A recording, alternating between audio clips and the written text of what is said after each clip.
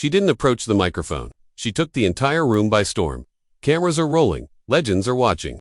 What Caitlin Clark said next shook not only the WNBA, but the whole core of sports culture. If you think athletes cannot start revolutions with their words, think again. When Caitlin Clark was handed the microphone at the podium, no one in the audience expected what happened. The WNBA superstar, who had previously broken every possible record, was about to break something much more powerful: the decades-long silence surrounding women's sports. You understand? That is no longer negotiable. It's virtually a need nowadays. If you want a franchise, you invest in women. What started as a typical awards presentation rapidly turned into a remarkable moment in sports history. The words that followed did not just bring the audience to their feet. They encouraged the entire generation to think differently, believe more firmly, and take action. It was not a speech, it was a declaration. It did more than just produce headlines, it also created believers.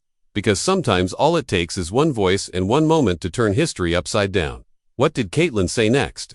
It was not only about basketball, it was about leaving a legacy that would last even after the spotlight was turned off. The sight was already historic. Caitlin Clark stood poised to receive her WNBA Rookie of the Year award at the league's annual awards ceremony in November 2024. How about the venue? A crowded arena in New York City, packed with reporters, legends, and corporate titans. Clark's appearance on stage symbolized more than simply personal triumph. It signaled a seismic shift. A new era had officially begun. Her first season was nothing short of legendary, with 19.2 points, 8.4 assists, and 5.7 rebounds per game. Her accomplishments were more than simply statistics. They were seismic events. She set rookie records for assists 337 and three-pointers made 122, becoming the first rookie in league history to complete a triple-double. More than the numbers, her playing style, fast, fierce, and fearless, won hearts. Clark's presence had a much greater business impact. Her games frequently drew over 1 million viewers.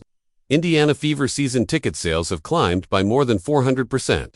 Arenas that had previously been half empty now resonated with sold-out audiences. Her entrance boosted the league's revenue. Most importantly, it made headlines. It started conversations. It made people pay attention. Diana Taurasi was among the audience that night. Susan Bird, Maya Moore, Aja Wilson, Breena Stewart, corporate executives, students interested in attending college, families, the people who had built, funded, cheered, and dreamed about women's basketball congregated in one location, united, watching and listening. When Caitlin opened her mouth, she did not begin by congratulating herself. She did not provide statistics.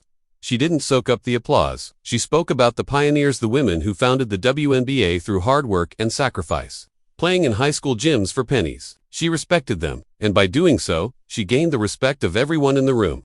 She remarked that her career meant nothing until she helped others begin theirs. You could hear a pin drop. The emotional focus of her speech was not what she had done, but what she could do with it. She spoke out against the system, not in wrath, but clearly. She challenged everyone in the room, owners, sponsors, fans, and media, to continue showing up even after the excitement had dissipated. Even as her rookie shine dwindled, her delivery pure class, measured, emotional, strategic. She even outlined the steps. She urged that the media covered the entire season, not just the playoffs. She asked sponsors to invest when the market wasn't trending. She also encouraged fans to support the league, the players, and the movement rather than idolizing her. This is when the applause changed from polite to electric. Caitlin Clark didn't talk with the purpose to impress.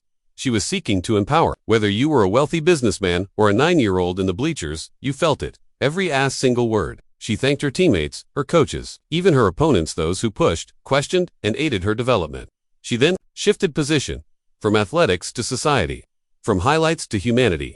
Legal scholars and historians have termed her moment the Serena Slam of speeches, a new standard. Her message of equity, opportunity, and collaboration resonated deeply. She remembered watching women's basketball as a child, about knowing even back then that male actors on television were paid more, praised more, and promoted more. Her message wasn't, "Look at me," it was, "Look at us. What can we do together?"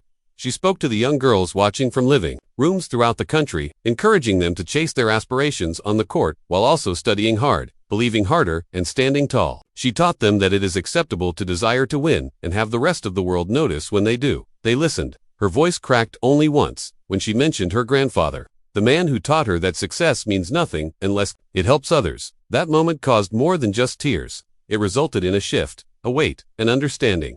Clark immediately returned her attention to the room. She contacted the networks and requested fair coverage. She wants stories that follow both her and the game itself, the players and increment. She wants the league to be acknowledged as a major league. She lobbied for more women in coaching and executive positions, claiming that without women at the table, decisions about women's sports will always fall short. She advocated for international collaboration, for cross-league marketing, for sisterhood, not rivalry. Her final words sounded like thunder. Individual greatness means nothing unless it builds a bridge for others to cross. The applause did not erupt, it soared gradually. Like a wave. First a few, then the entire auditorium.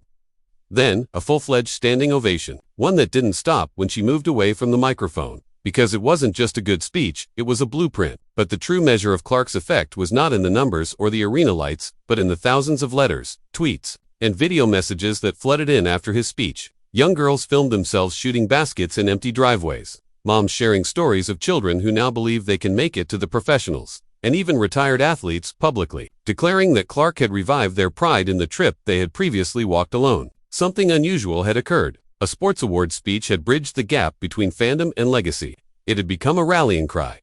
Not every athlete becomes a leader. And not every leader finds the words that can transform an entire culture. But once they do, it sticks. Like an unquenchable fire, Clark's genuine humility elevated her moment above any viral video or sponsorship drive. In an era when athletes are encouraged to build their brand, she was building a bridge. She knew she was the face of a movement, but she refused to be the only name on the banner. Every word she said was meant to inspire not only herself, but also the league, the past, and the future. Insiders revealed that Clark wrote much of her speech herself, rejecting ghostwriter offers from public relations professionals in favor of sitting down with a pen in hand and speaking from the heart. She had contacted veterans such as Tamika Catchings and Cheryl Swoops, asking them what they would have said if given the opportunity to speak. That humility served as the foundation for her message.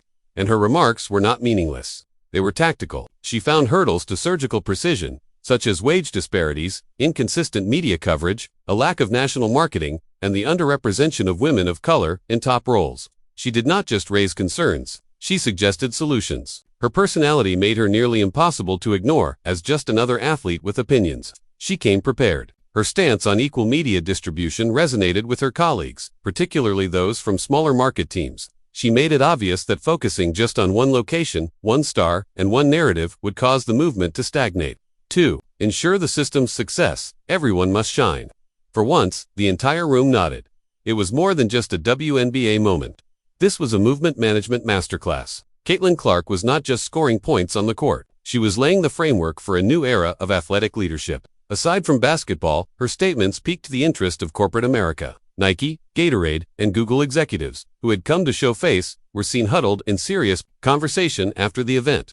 Within days, internal memos were leaked outlining new initiatives aimed at growing women's sports media, investing in youth girls' leagues, and promoting female coaches. Clark had not only inspired a room, she had initiated a domino effect. Her message on collective visibility found its way into high school athletic board meetings, and college conference calls.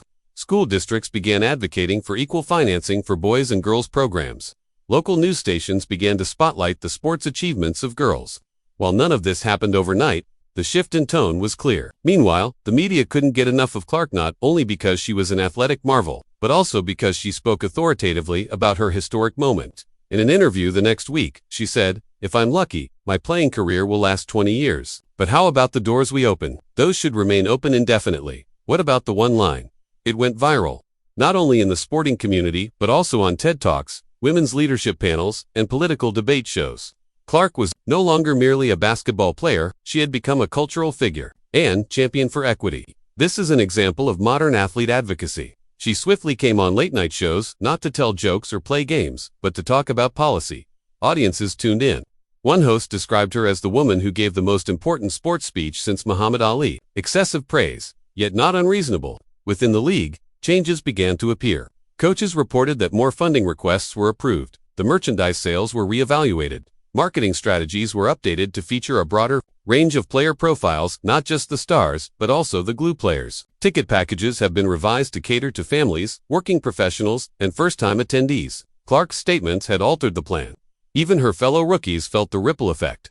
One player told ESPN before that night, "We were just trying to fit in. Now, we're thinking about what kind of legacy we want to leave." That is what makes Caitlin Clark unique, not the stats, not the sellouts. However, she set a high standard for those who followed. It's easy to go viral. Creating value is more challenging. And Caitlin, she did both. She didn't just follow trends. She revolutionized them. Clark's attitude was refreshing in an age where material, clickbait, and controversy are becoming more common. She does not need to be controversial to be effective. She didn't offend to make headlines. She was empowering, and this empowerment created positive echo chambers. Her emphasis on mentorship was also appealing. She encouraged veterans to take an active role in supporting newcomers with their transition not only into the game, but also into the spotlight. She suggested that the league create structured programs to prepare young athletes for media, financial literacy, and mental health. It wasn't just about producing champions, it was also about building whole individuals. One of the most underappreciated but powerful moments in her speech was when she quoted her college coach, "You don't have to be loud to lead. You just need to be clear." That clarity served as the basis for everything she said. Clark's global outreach message prompted new cooperation. European and Asian women's leagues began to consider collaborating with the WNBA international events, began to draw more U.S. college scouts. Within 6 months, the first-ever Global Women's Hoops Exchange program was launched, with sponsorship from a tech sponsor who cited Clark's speech as the catalyst. One speech, one room, a worldwide impact. That isn't inspiration. That's evolution. Her final speech would eventually be carved in murals, referenced in documentaries, and printed on t-shirts. This game offered me everything, and now it is my job to repay everything. How about the applause that followed? It wasn't just a party, it was transformative. A room full of skeptics, believers, veterans, and future stars, all rooting for the same outcome, one in which they had recently been tempted to believe. Caitlin Clark did not simply give a speech, she gave a blueprint. And if that plan inspires you believe athletes can be more than just entertainers, now is your chance. I enjoy this video. Share it. Comment below with the section of her message that moved you the most. Don't forget to subscribe, because we feature sportsmen who not only play, but also change the game. Moments like this do not happen very frequently. When an athlete does more than just shine, they take the lead. Caitlin Clark did not just smash records, she interrupted the silence. If her words resonated with you, please share whatever part of her message stuck out to you in the comments section below. Should more athletes speak out like this? Because this is how you change the game.